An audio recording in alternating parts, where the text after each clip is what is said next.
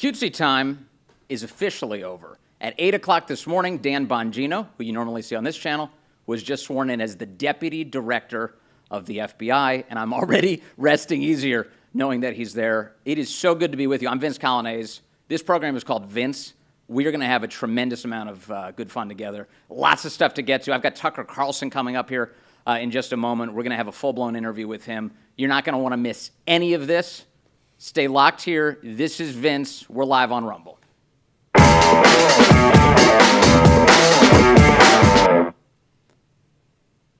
This is so great.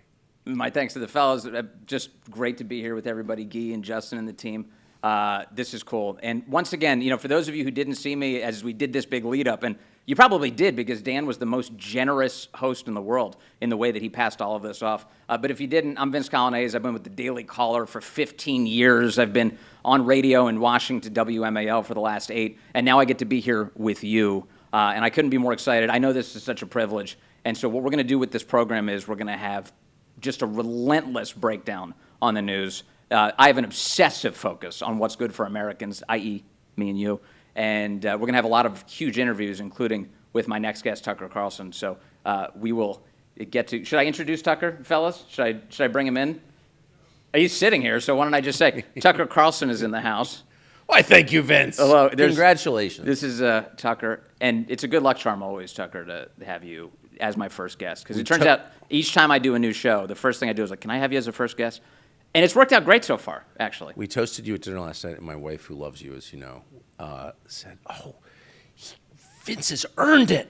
I thought that's totally true. One of the smartest people in all of media, and it's just a thrill to see this. It's a thrill to do it. So we're going to jump in a moment with Tucker. But first, as you might expect, I got to tell you about the great people at ExpressVPN. You know all about these data brokers.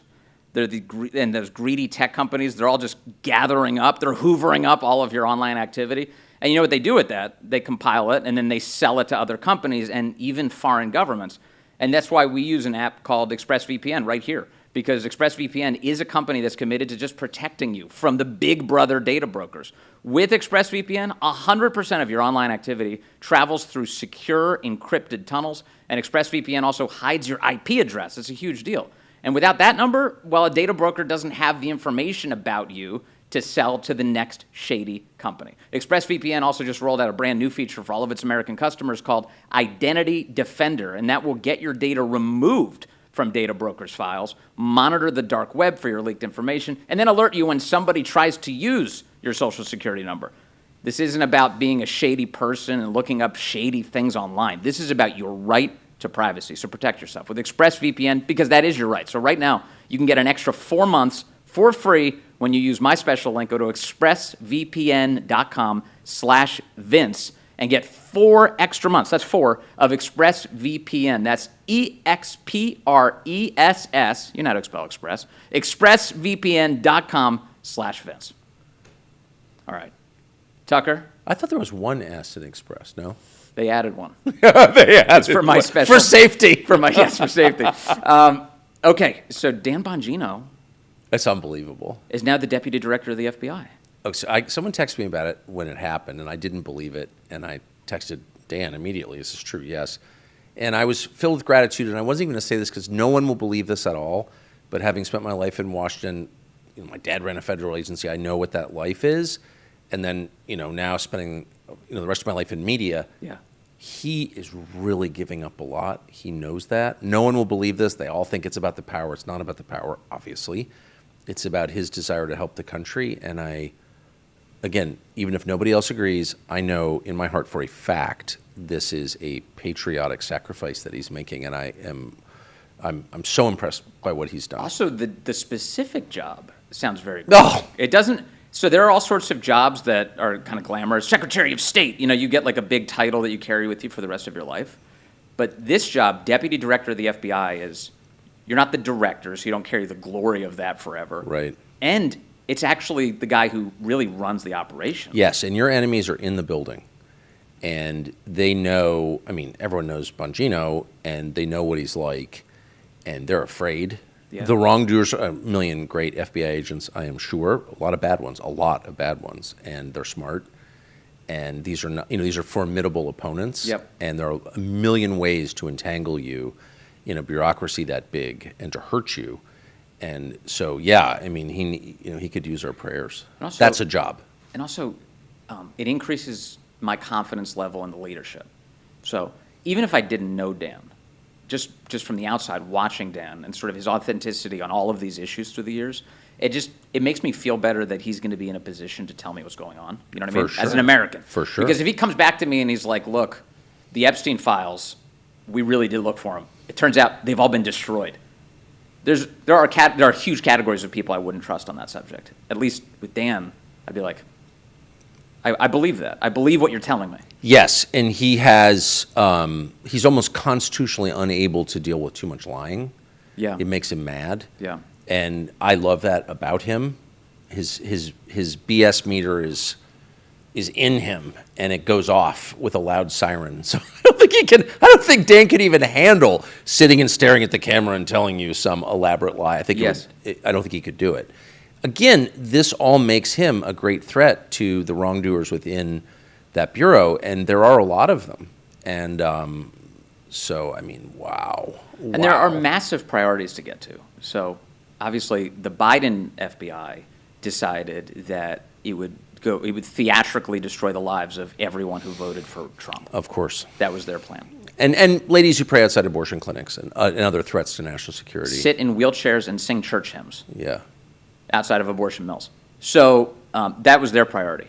Meanwhile, the FBI under Kash Patel and now under Dan Bongino, it seems like their priority is going after criminals. Kash was just speaking on Friday at the same event that President Trump went to, which was amazing, at the United States Department of Justice.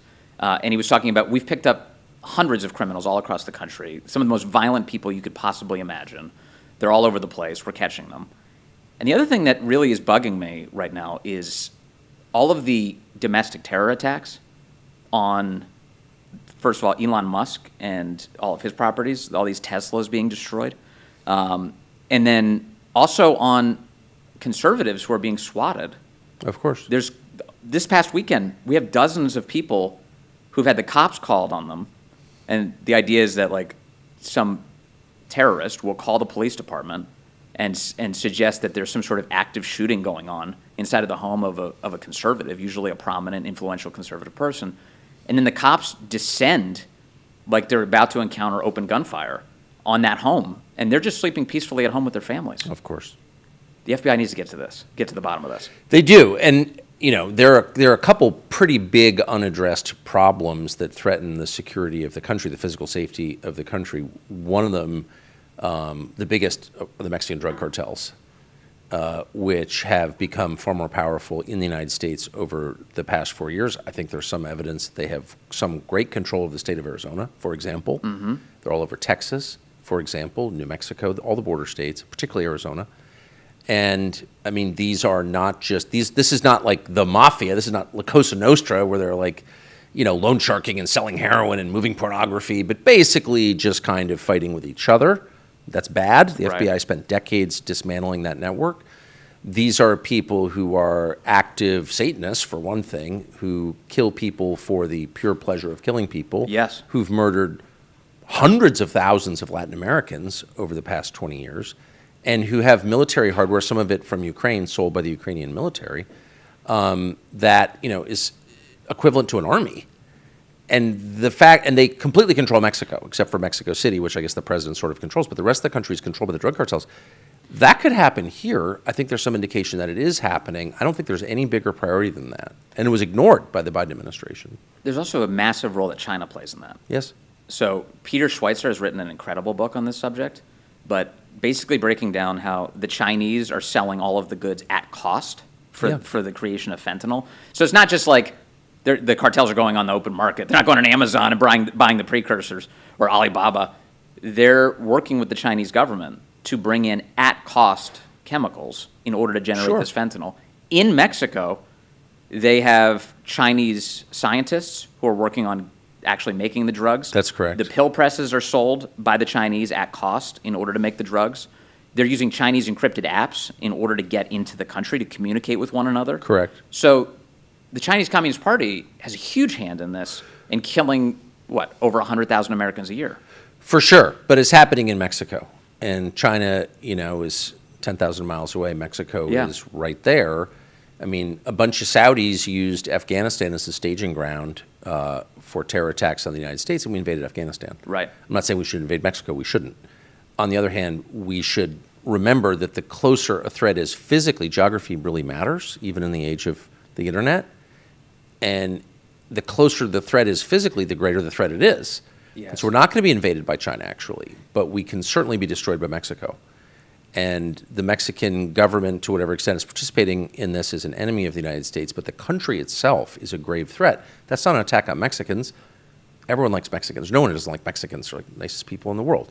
But the country itself is the number one threat to the United States. Sorry, it's not Iran. It's absurd. It's not the Houthis. Absurd. Iran and the Houthis pose no actual threat to the United States. How many Americans have been killed by Iran or the Houthis in the U.S. in the last 20 years? Right around zero.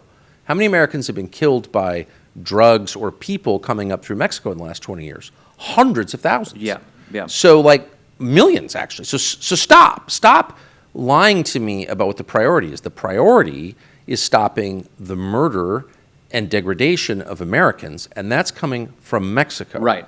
And period. So you said a second ago, but you don't think we should invade Mexico. I don't think we have a track record of successful invasion or occupation. We have a pretty good track record of killing the leaders of governments, but that's easy. That's just a kind of vandalism. It's easy to kill people.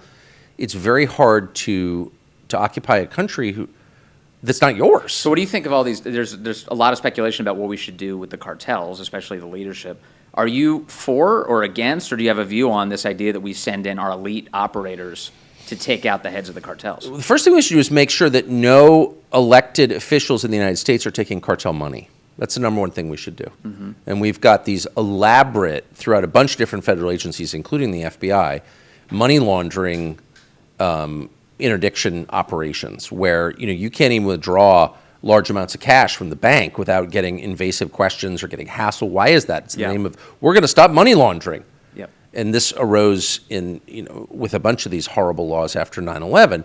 But the idea was to stop money laundering. Okay, it was to track the movement of money between countries to keep America safe. Well, there was a lot of money flowing from the drug cartels into the United States, and where is it going? And how many elected officials are taking that cash? That's the first thing. You don't want your political system controlled by cartels. Mexico's political system is controlled by cartels. Therefore, you can't beat the cartels, because the people in charge, putatively in charge, not actually in charge, but the puppets who occupy the elected offices are taking cartel money, and the journalists and the clergy. The penetration is full. It's complete. You don't want that here. We will never recover from that, and we're moving toward that, and no one's saying that out loud. It is the reason, Mexico looks like what it does. And so you have border towns all along the U.S. and Mexico border, some of which are sister cities. Yes. And you have, on the Mexican side, complete corruption, degradation, criminality. The only way to operate a business is through bribery. It's madness. And then right across the border on the American side, thankfully, for the most part, in the United States, it's secure. It's relatively peaceful. And by the way, there are Mexicans on both sides. There are people of Mexican ancestry. They're the same families. Exactly.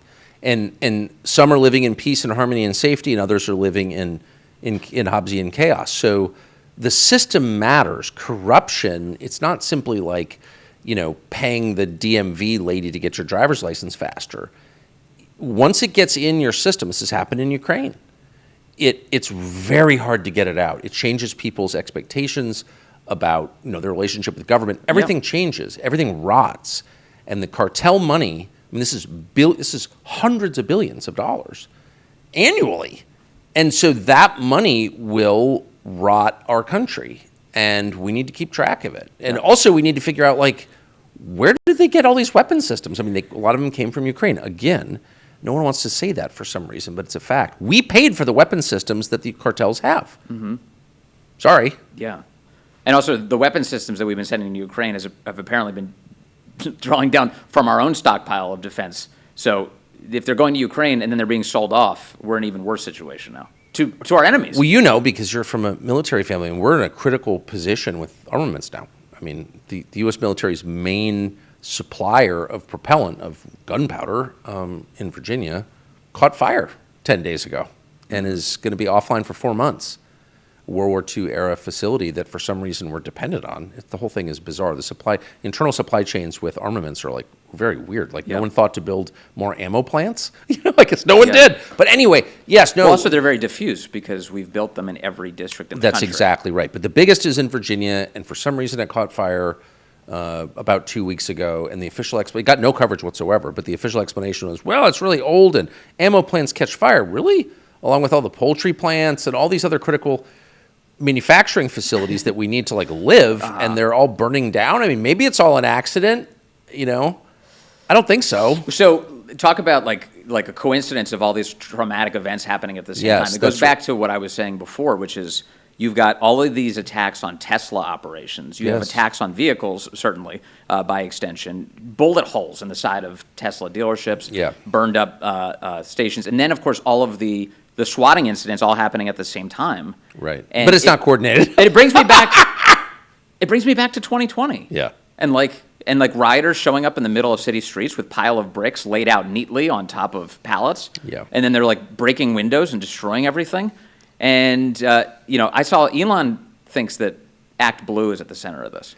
That may be true. The Democrats' money machine, George Soros, Reid Hoffman are at the center of this, and he's saying this chaos is from them. I think you're making me paranoid even saying all this out loud. Yeah. Of course, I'm aware of everything you just said, but the more you think about it, it's not good. It's corrosive of people's attitudes toward their own country, actually. And the root problem here is secrecy. We live in a country where the essential things are all shrouded in secrecy. Like who's running the government? No one has any idea. Yes. How did this arise here, there, and 9 other places at the same time? Nobody knows. What is the truth? We can't find out who murdered the United States president 62 years ago. Right. And so the net effect of all of this is to destroy any hope of actual representative democracy, for one thing, and for another, to make the entire population like kind of third world in it thinking.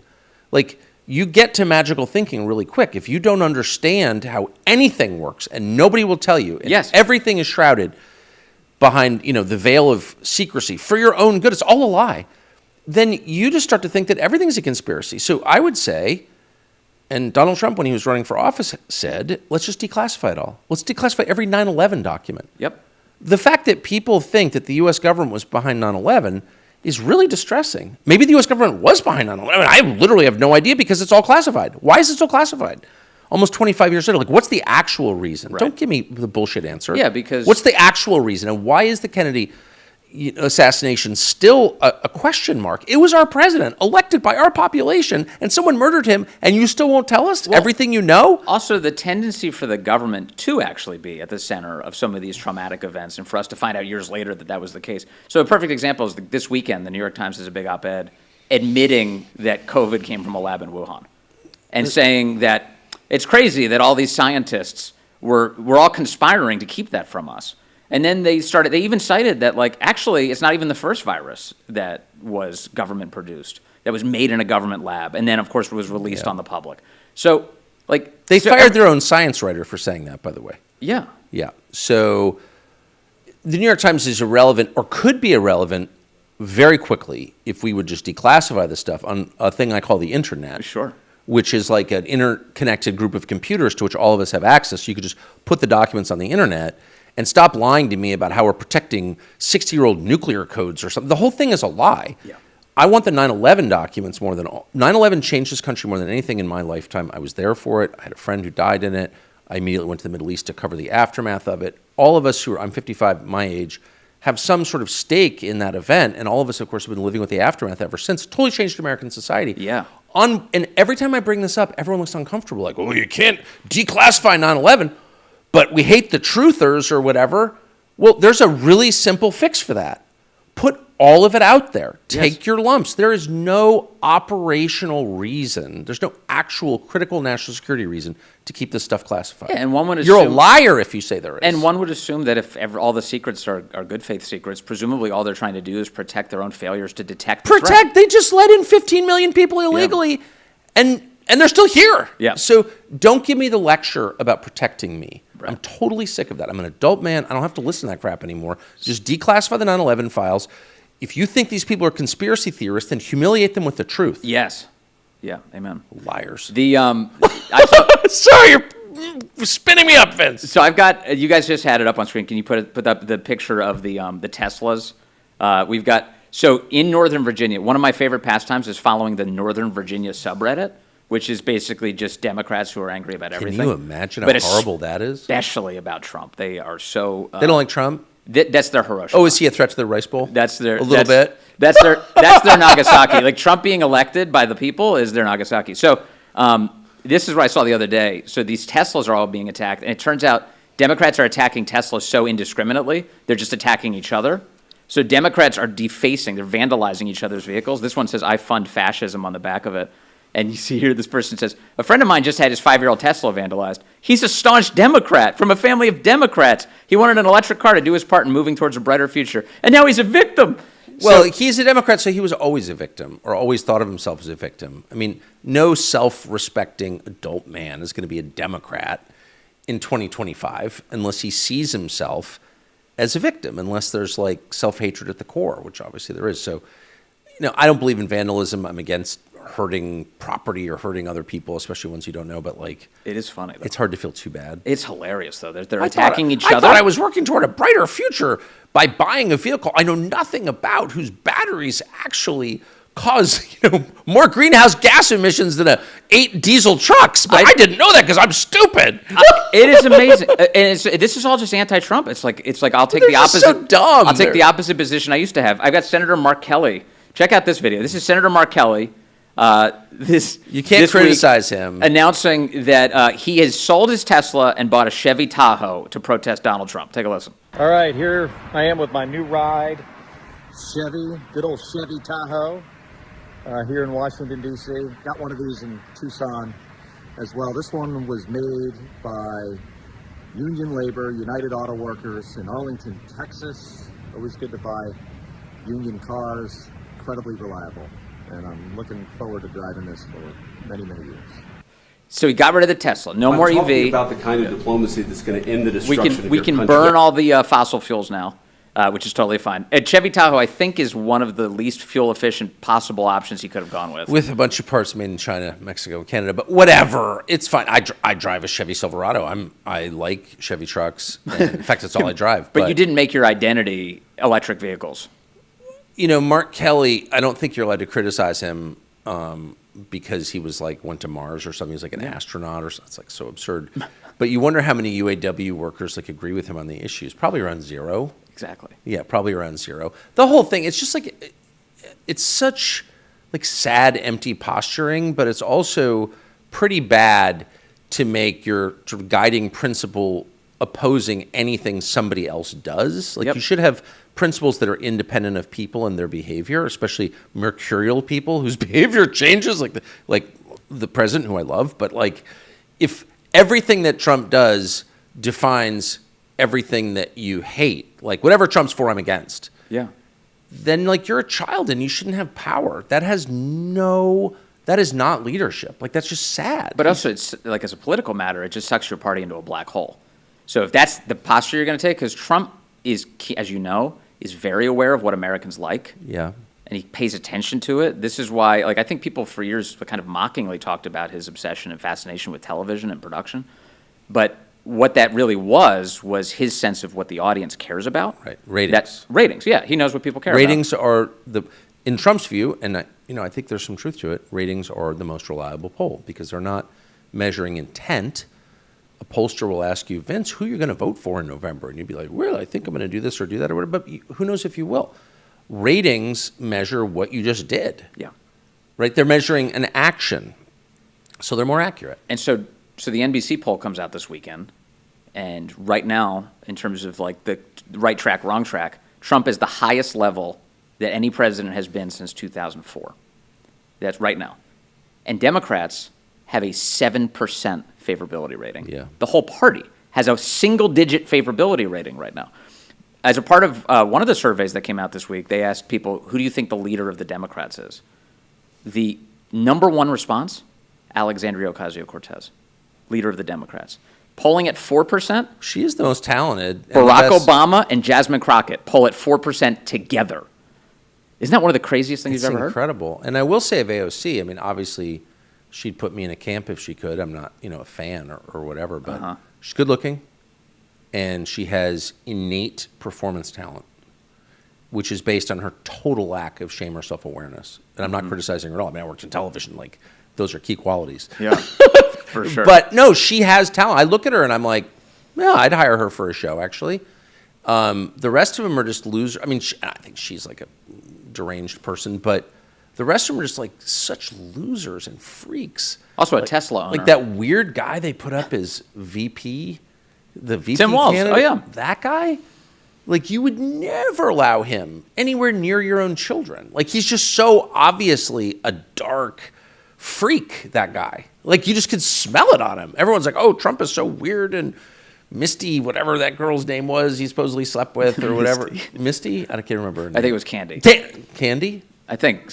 Stormy, sorry. Whatever. Haley Caranillo. Whatever, the stripper lady. And everyone's like trying to make Trump into some kind of weirdo. But then you see Trump, you're like, he's not a weirdo. Like, he's pretty transparent. I know exactly who he is. That Tim Walz guy, he was like he was the perfect distillation. Like, okay, we need to find a white man who's voting for Kamala Harris. And they're like, no white men are voting for Kamala Harris because, like, how could you hate yourself that much? Yeah, yeah. It's really hard. And so they find this guy who's just like, all your spidey senses go off, and you're like, I don't know what you're into. I don't want it in my house. Like, you freak me out. Yeah, Every time time. I looked at that guy, ugh. Big time. Yeah, he was a creep. Big time. The girls say that he gives me the ick. Yep. Yeah, and women. They got the ick from women Tim know. Walz. Yeah. They know. And I know Instagram told them to vote for that guy, but man, if he led a Boy Scout troop in my town, I would call the sheriff. I would lead a raid. Yeah, smart. Yeah, for Smart. sure. You would protect the town that way.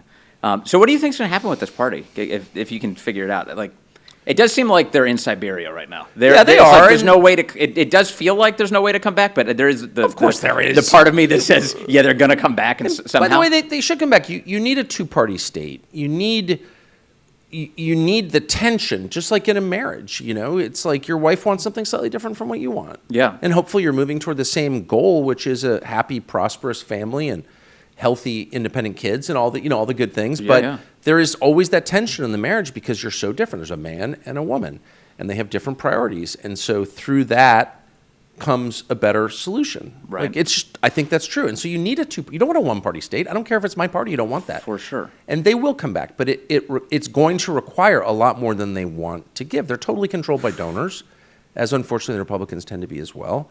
Everyone's controlled by donors in this country now. It's the age of the oligarch. But they're going to need someone who's like, you know what, the tranny stuff is really bad. Okay. I'm against the tranny stuff. Abortion is not a sacrament. Okay, maybe we're for legalized abortion, but the more abortions you have, that's not going to get you to heaven. Like, we have to stop worshiping it. Human sacrifice, like, abortion's just sad, okay? Right. At very least, someone's going to have to say that. You can't have a party based on castration and killing babies. Like, that's like some sort of Canaanite religion at that point. And most people are like, no. But they're sticking with it right now. They are because the donors want it. You know? It's crazy. I mean, even to the point that what we saw this weekend with Judge Boasberg, the D.C. district judge. That guy looks like a lot of fun. Yeah. Miserable. He was an HW appointee. I mean, he was a W appointee, wasn't he? Yeah, I don't think any of those qualifications really matter to me. Like, if I see, appointed by a Republican president, I'm like, who cares? No, but he was appointed by W, who is like a left-wing Democrat at this point, big time. Huge abortion guy. His girls are out campaigning for Planned Parenthood. Like, if one of your daughters is like, I'm going to go door to door for Planned Parenthood, you'd be like, no. Yeah. No, we're not doing that. Like, what? There's a death cult knocking on the door? If your daughters are campaigning for Planned Parenthood, you're a bad father. You messed up. Oh, you think? Yeah. I would judge myself very harshly for that. But Boasberg, so what happens is, going into the weekend, President Trump announces that they've got hundreds of these very dangerous gangsters, illegal alien gangsters, Tren de Aragua. They've rounded everybody up, they put them on planes, and they flew them to El Salvador. Yeah. Which I adore. What's awaiting them there, Vince? This is what we have to get into. I can't wait. But Judge Boasberg goes, no, you're not allowed to do that. I'm going to stop you, turn the planes around, bring them back. And Trump, to his great credit, says, up yours, they're going. And we're not turning the planes around, and lands them in El Salvador. So we have. Let's play the footage of. In a moment, we're going to play this footage. I want people to see all of these terrorists who did not expect this sudden change in accommodations in life. We'll get to that in just a moment. But first, with the Maha movement in full force, I'm very inspired to make my own health and fitness a big priority again. And this is why I'm very excited to be working with Don and the team at Jacked Up Fitness, which is an amazing American company. You should see this thing. It's awesome. Their commercial-grade Power Rack Pro has everything that you need to get a full-body workout at home. The cable crossover system, integrated 200-pound weight stacks, and a Smith machine allow you to do hundreds of exercises, basically everything you can do at the gym. And you can set it up in your garage or your basement or wherever you have some space. It's awesome. My wife and I have always been into fitness, but with our busy schedules, it's harder than ever to make it out to the gym. So having a badass all-in-one Power Rack Pro right there in the house, it's going to be a game changer for your family. It's a game changer for mine. We're also super excited about their Get Jacked Up program that has full-body video workouts led by celebrity trainers Kim Lyons and Clark Bartram. You literally just press play and you follow along. It's great, especially if you're just getting started. So listen, I'm doing this. You should too. Let's do it together. Plus, I got to fill out these schmedium shirts, right, that Dan has entrusted me with. Get to jackedup.com. I see you in there, Mike, who's supporting me here. Go to getjackedup.com. That's easy. Get jacked up. I can say it. Getjackedup.com. Sign up to access the program right now for free. And when you're ready to order your Power Rack Pro, save 10%. Just use my promo code, Vince. So easy. You don't have to spell my last name, just my first. No more excuses. This is going to be epic. Go to getjackedup.com, promo code, Vince. All right. So we've got illegal aliens. Well, can you guys read something to you which is related? Would you? So I'm getting, it's your show, but I cannot resist. Please, it. read. I'm getting our morning note that we put out every morning, which is written by my beloved nephew, Marshall Worth, who's like a genius. Here's the headline. You could have written this. By the way, Vince is the best headline writer I've ever met in my whole life, and I spent my whole life writing headline writers. You are the very best. This is pretty good. Ivy League human rights fellow convicted for having a slave. A British jury recently convicted Columbia University human rights fellow Lydia Mugabe of forcing a Ugandan woman into domestic servitude. She committed the crime after luring her future slave into Britain under false pretenses. Mugabe, who also serves as a United Nations judge, brought the victim to Britain under the guise of securing her a job before forcing her to labor away as an unpaid maid and nanny. She confiscated her slave's passport and visa, leaving her trapped. So a human rights fellow is a slave owner. It's amazing. It's incredible. And totally believable. It's like it's like I've been saying a lot lately. It's not shocking, but it is appalling.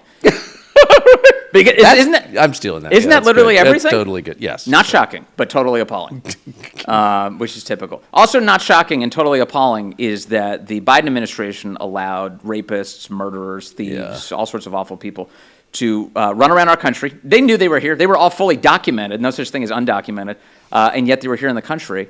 And the Trump administration has just rounded them up and ejected them all the way to El Salvador. And I want to explore this with you in just a moment because I know you know a lot about this. Let's take a look at some of the video. This is President Bukele sharing a video that goes very hard as they take these guys and treat them to something very different than what they're used to.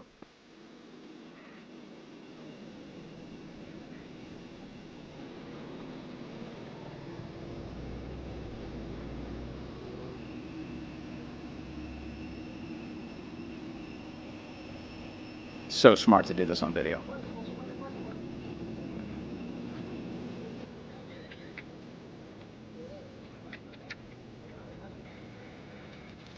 Man.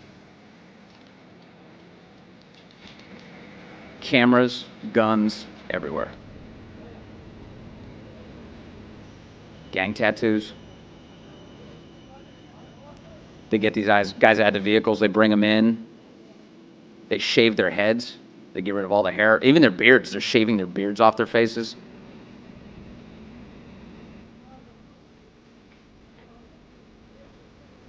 Oh, man. Batons, like, all over the place, just ready to beat these guys back into submission. Helicopters hovering above. What's happening in El Salvador is one of the most interesting developments of my lifetime. I've been in El Salvador 4 times. I first went there in the 80s during the Civil War. I was there before Bukele during the period when the gangs controlled the country, and I've been there twice since he's taken over. And I don't think any country has ever been transformed as quickly as El Salvador has been under Bukele. And he's done a lot of things, but basically he broke the gangs. And what it took to do that is remarkable. It was not simple at all. I've been to that prison that you just saw. I know. And I don't think it's, inhumane, but it's really tough, like for real. Well, it's a tough prison for some of the most vile humans on the planet. But he takes it serious. Look, there's a lot here. This is like an hours-long conversation, but I would say he takes it seriously. So, for example, they put gang members in prison in this country, in El Salvador. Here's you going to the prison. Oh, that's me? Yeah, this is when you went to El Salvador. Oh, I totally forgot about that.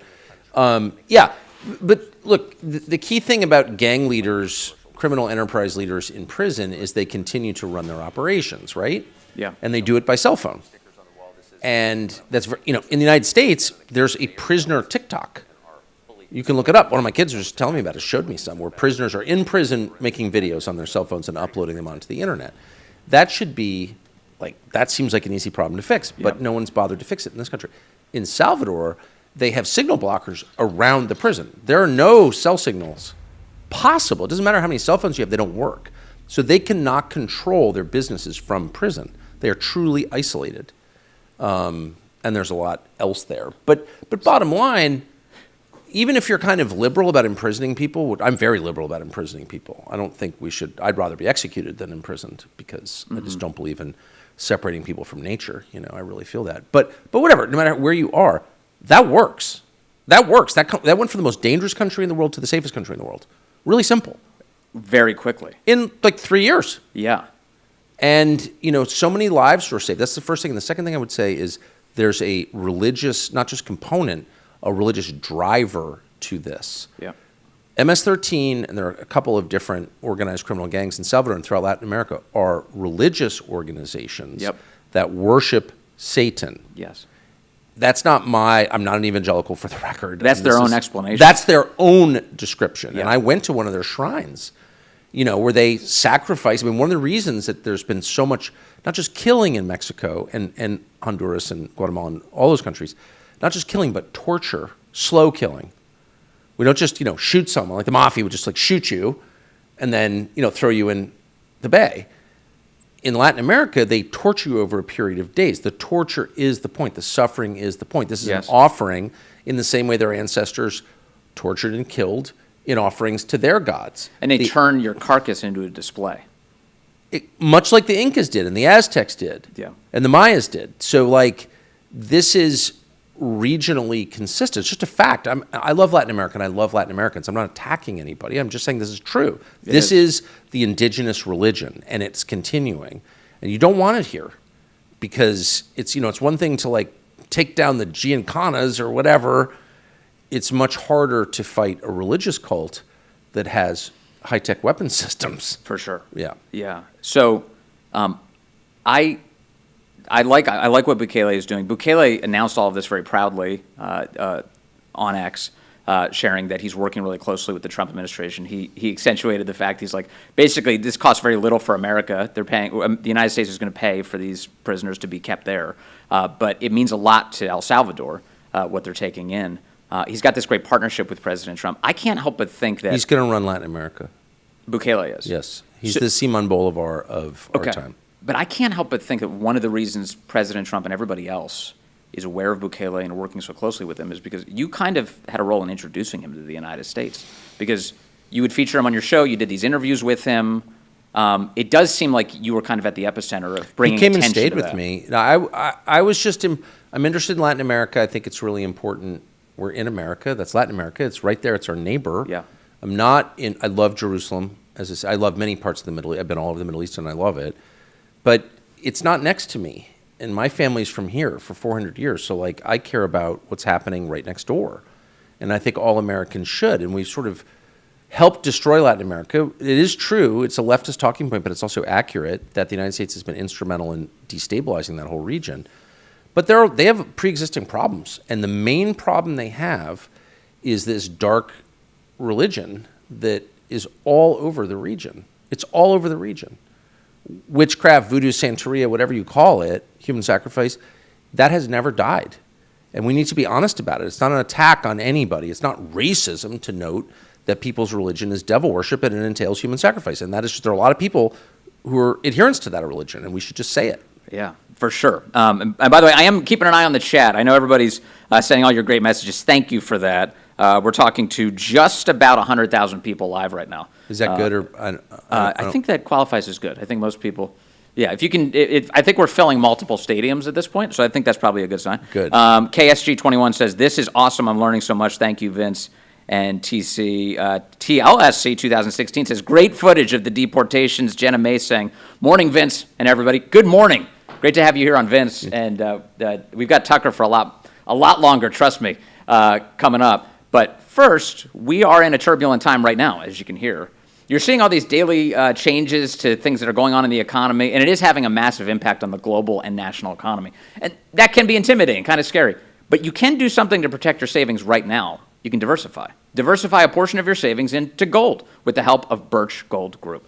I just had a call with them the other day. They're a great team. Birch Gold specializes in helping you convert an existing IRA or a 401k into a tax-sheltered IRA in physical gold or silver for no money out of pocket. You can just listen to this 5-star review.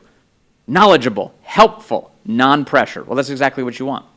And that's what you get with Birch Gold. And this is why I'm proud to endorse them. Start by getting your free info kit on gold. Just text my name, Vince, to the number 989898, and Birch Gold will send you your free info kit.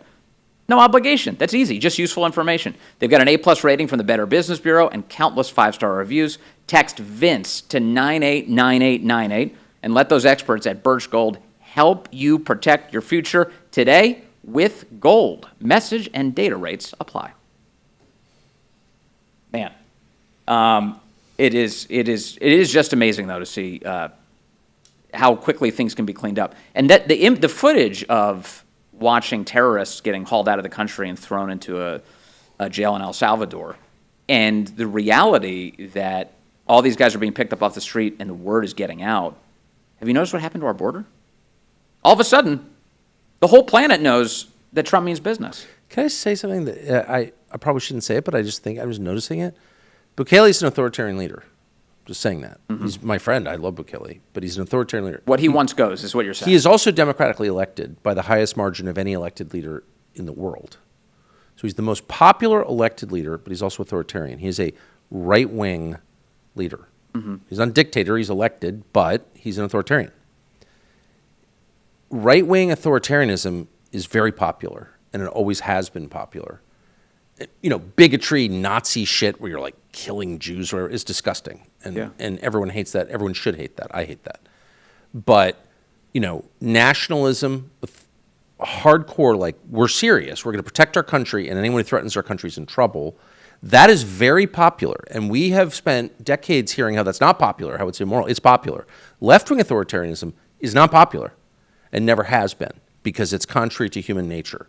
And it's contrary to God. It's anti-God. And people are inherently aware that God exists. And if you pretend you're God, you're a pretender. So anyway, Bukele is like a very powerful model for how the world is going. What we're doing is not working. I want democracy. I love democracy. Free speech is the most important thing to me. I'm not calling for I want to preserve that. But I also think globally, Bukele, there are going to be a lot more leaders like Bukele. It's just a fact. There are. But it's about, in this case, it's about restoring order. It's like there's so much disorder. But that's what I'm talking about. Yeah. There's so much disorder because of the left. So you can never defeat crime in this country, which is like truly out of control. And I wish we'd stop talking about the mullahs getting the bomb. Oh, shut up. Pakistan's had the bomb for 25 years. Are you upset about that? I don't want Iran to get a bomb. Nobody does. But that's not our most pressing problem. Our most pressing problem is in Midtown Manhattan. Like this is insane. This is our country. Yeah. The Ayatollah is getting the bomb. Again, please shut up. Stop. There are a million problems in the world. Let's start with ours. And to fix ours is going to take resolve, like real resolve. Like we're not putting up with this crap, period. And I don't know who, at some point someone's going to take that posture, and that will be the most popular president this country's ever had.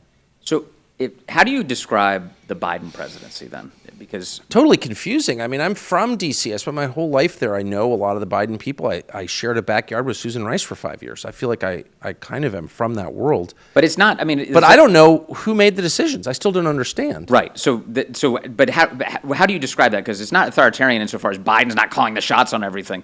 It's literally the polar opposite of it in a way, that he's got a cabal of advisors around him. It was technocratic fascism. I mean, I guess I could probably think of a more descriptive label, but I would say its orientation was really simple. All the big decisions led to the same place, which was to destroy the United States of America and its legacy population. And so they were famously anti-white. They hated white people. They said it a million times. White supremacy is the biggest threat. But what are they really saying? They're saying America as it is now is bad, and we're going to destroy it. And they did everything they could to abet the deaths of hundreds of thousands of legacy Americans through drug ODs, suicide, diabetes. Like, everything they did was aimed at killing the people whose ancestors lived here during the Civil War. Just a fact. Oh, look at the numbers. And as I heard someone say the other day, the point of a system is its effect. So it's like, whatever you claim your motive is kind of irrelevant to me. I'm looking at the effects of what you do. That's the point. Right. You can say that's not your motive, but if you keep doing it, it is your motive. Yeah, it's demonstrable. It's a nonstop attack in every possible sense. So whether it's like physical attacks in the form of fentanyl, chemical poisoning of Americans, or just like attacking your culture nonstop. Forcing everyone to take the COVID vax when you're pretty sure it's going to cause fertility declines? Like, what? And you're trying to thin out the population of the existing of the country as it existed when you took office. And adopting this posture that there's nothing redeeming about our country, which is like to constantly like wage war. But openly hating it and the people who live here.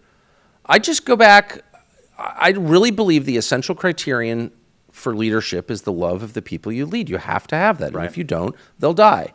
And that you're the son of a Marine Corps officer, Marine Corps general. So you grew up with this. The officer has to, on some level, love his troops more than himself. That's how you have to feel about your children, or they will be destroyed. You have to be willing to give up your life for the people you lead, or else don't lead. That's right. And meanwhile, the left resents the governed. They resent them. They hated them. They hate the system. They died under. Look at the suicide rate. What does that tell you? If I'm, if my kids start killing themselves, I'm like, wait a second. Yeah. There's nothing more pressing for me.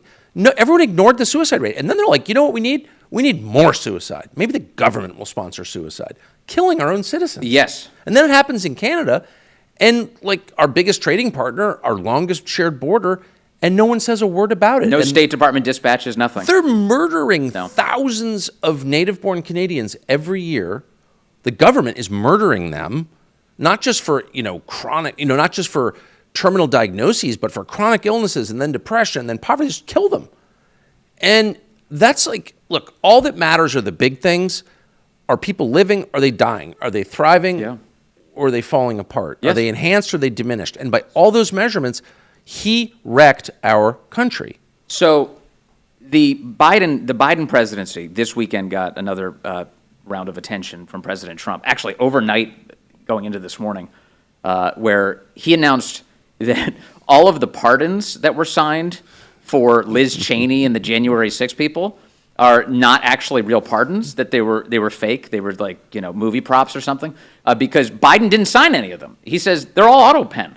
They were signed by auto pen and presumably completely out of Joe Biden's even knowledge of their signatures. And so therefore, they're not real pardons, he said, which is a pretty common sense thing. If the president doesn't sign a pardon doesn't exist. What do you make of this development? Well, I have no idea. I mean, I think that this has actually been litigated. Auto pens have been, they're a staple in Washington. I was an intern in a senator's office 40 years ago when everything was by auto pen. I don't know what the law is there. You would think someone would bother to sign a pardon. Well, doesn't it require cognition, though?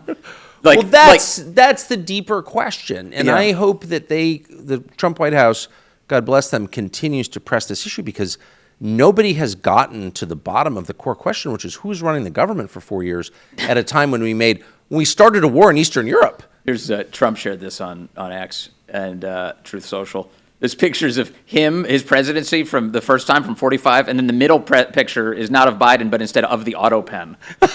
And then back again to the much harder, battle-hardened version of Trump for 47.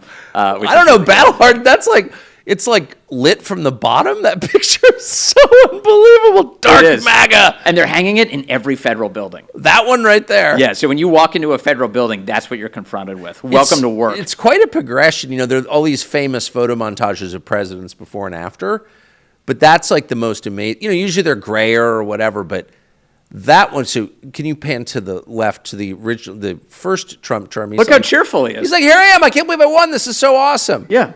And then there you go. 8 years later, it's like he knows what's up. Yes. He's been briefed on how things actually work. He's like more grizzled than ever. He's aging like John Wayne. He's like, he is. yeah, it's kind of amazing. So there he is. On Biden's competence, I was reminded, I was just talking to a source again this morning about this, that, you know, in the Biden presidency, they had no idea on any given day whether his mind was going to be operating. So, Oh, man. so normally the way it works in D.C.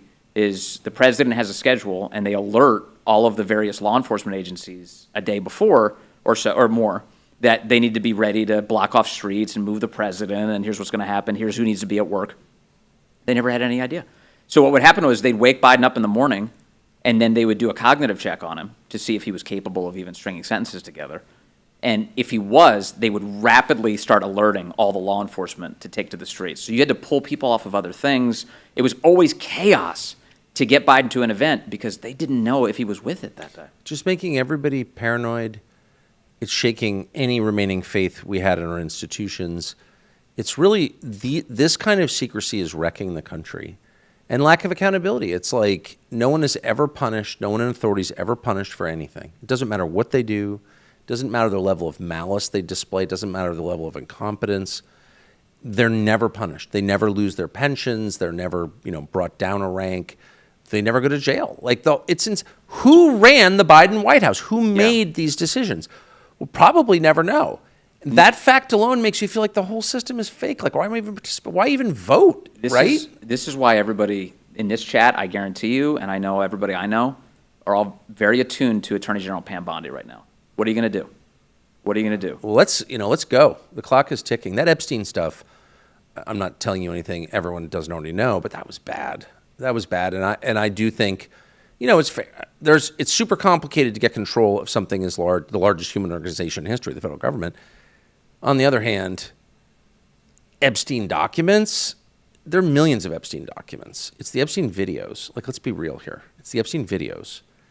And everyone kind of knows that we're not going to get to see those because that operation... Because his whole house, his homes were all wired for video in order to capture blackmail. Let's start here. I think it's pretty clear. I think any honest person reviewing all the evidence, and I have, it's like the one topic I know a lot about, surrounding his death, would conclude it was a murder. He was murdered. So he's murdered in the most secure unit in the federal detention center in Manhattan. Yes. How in the world could that happen? Now, Attorney General Barr, who was President Trump's Attorney General for part of his first term, was supposed to initiate an investigation into this, and he didn't. Where's the investigation? Why can't we get any answers about Epstein's death, which was clearly a murder? Right. The cameras are off, the guards falsify the records, nobody visits the cell, and somehow he kills himself. I've talked to the people Epstein was on the phone with hours before he died. He thought he was getting out of jail. I talked to his lawyer about it, his brother. Anyway, let's start there. How did Epstein die? Who has the power to murder someone in a federal detention facility and then cover it up? Like, what is that, actually? Yes. Well, getting to the bottom of that is one of the many important things we have to do. This is, of course, the first episode of Vince. I am so thrilled that you were with us for this. Now, here's the cool thing. Tucker's not done. Our conversation continues. Part 2 of the big interview with Tucker Carlson will be right here tomorrow on Rumble. In the meantime, thank you for joining us. Oh, bless you, Vincent. Congratulations. This is so cool. It is cool, man. We've got a lot to get to. Thank you, Tucker. Thank you. And thank you.